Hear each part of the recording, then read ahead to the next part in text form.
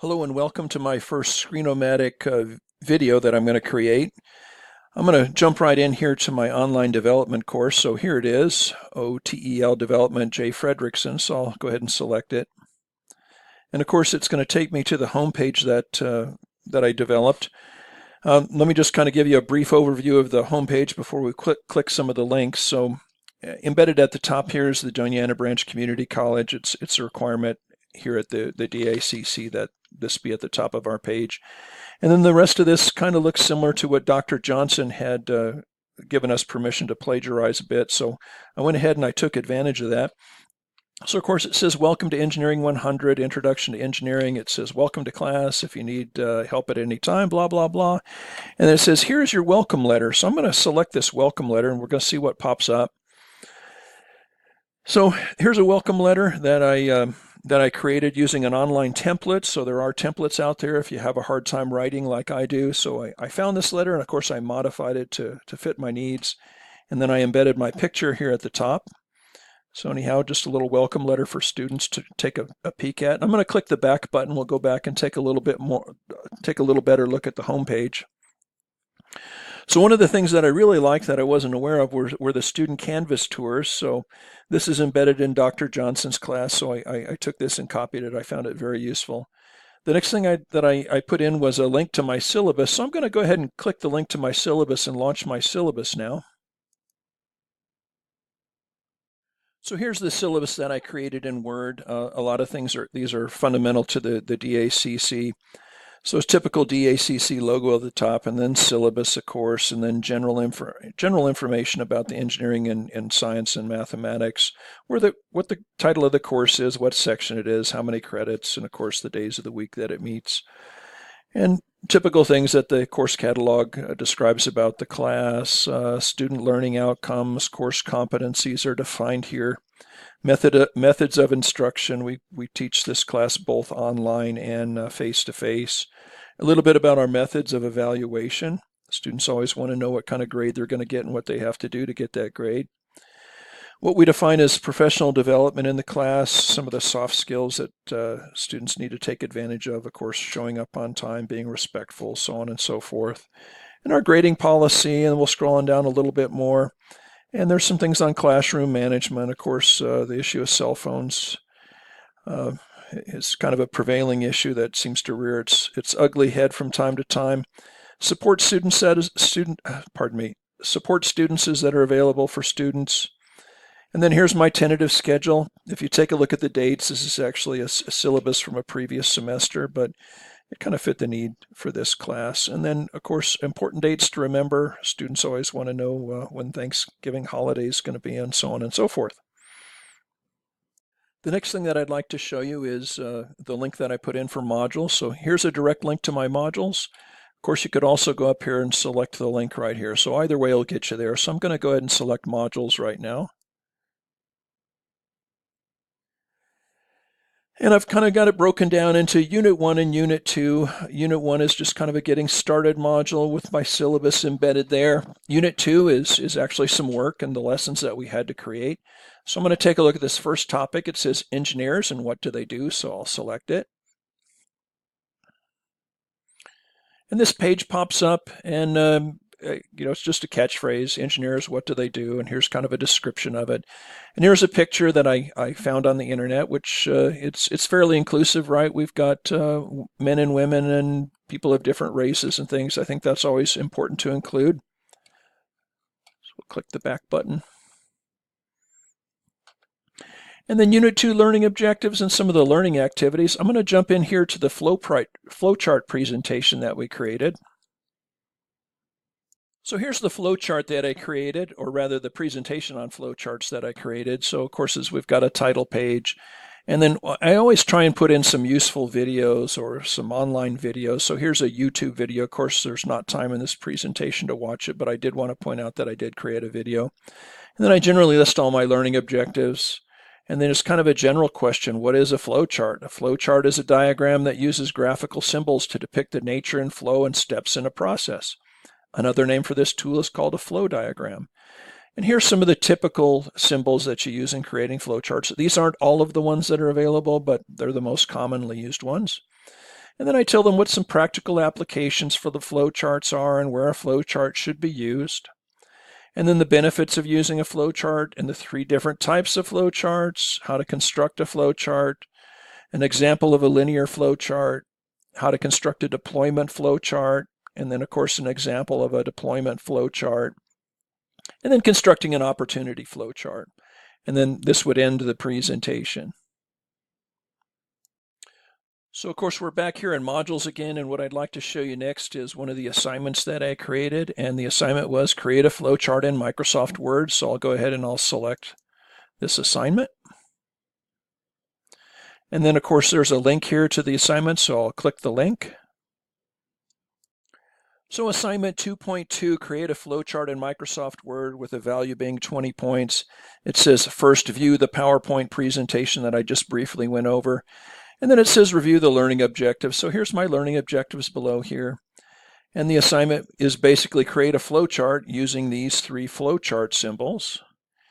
And then I gave the students some examples of commonly used processes that they can create a flowchart from, just to make it very easy. It's not a test in the most complicated flowchart. It's just, can you come up with a process? So some of the things students have used in the past is how to make a peanut butter sandwich, how to milk a cow, how to change the oil in your vehicle, how to make your bed. And so of course they assign the proper symbol with the proper operation. And if we scroll down here just a little bit, there's instructions on how to upload it and submit it into Canvas. And then this is, of course, how it's going to be graded. So I created this rubric. And just briefly go over it. So exceptional is 5 points, average 4, below average 3, and so on and so forth. And here's the category. So it makes grading the flowchart very easy. One of the one of the oh wow moments I'm having here is making good use of this pause button in Screencast-O-Matic.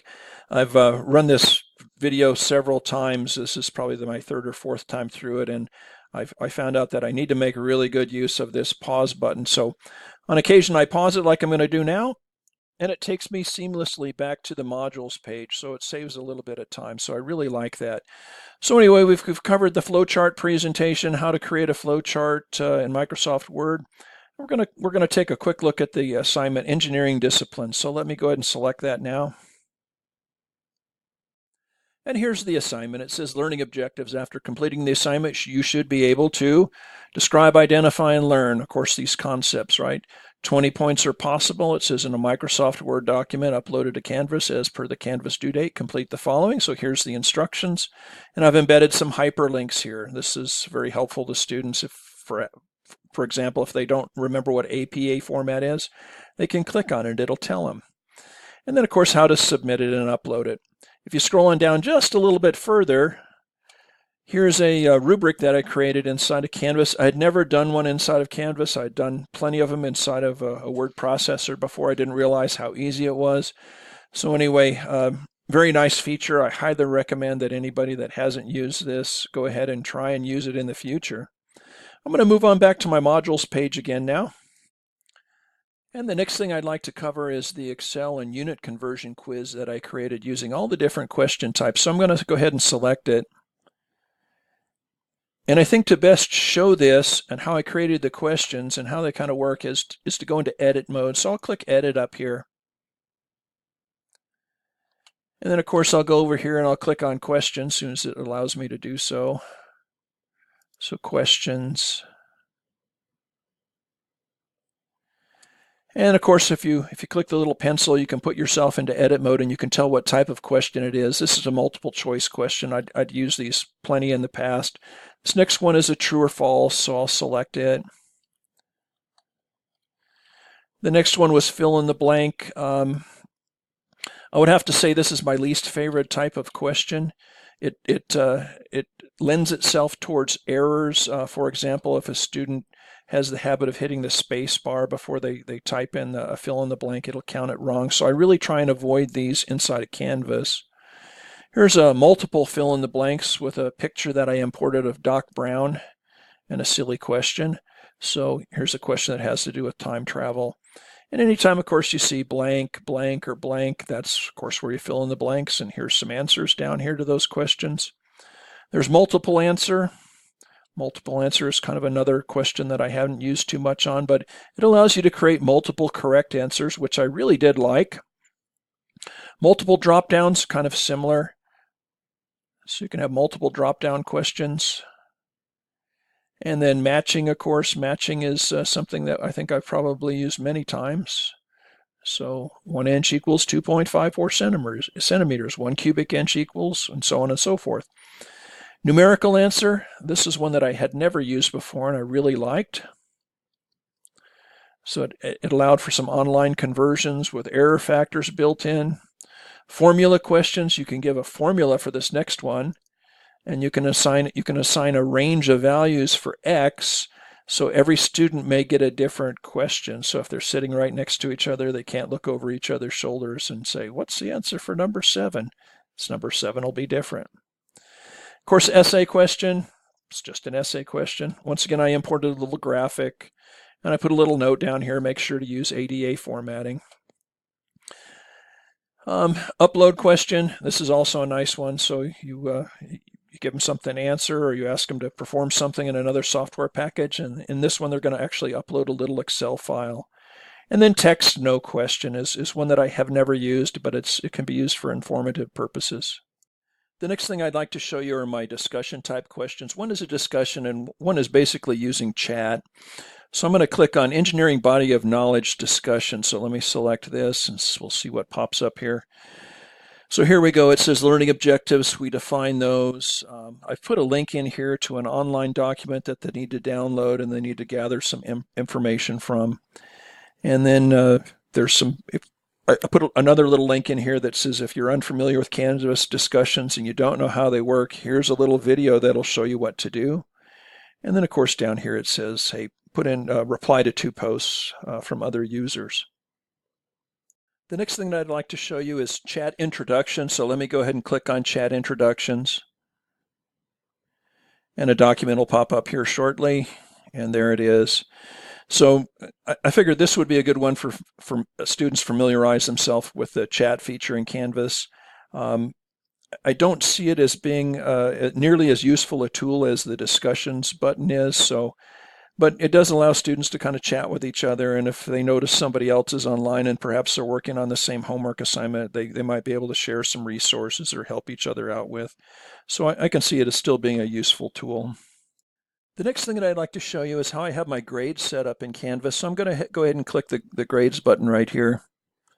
Take me to the grades page.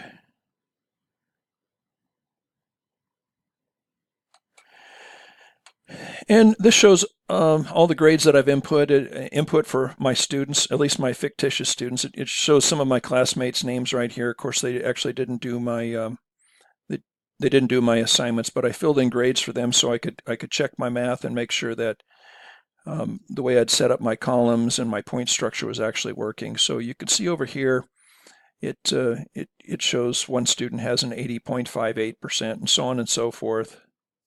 So I've got just a little bit of time left here. I'd like to go ahead and show you how I set up my weighted grades. So if you go to the assignments button here on the left-hand side and select it,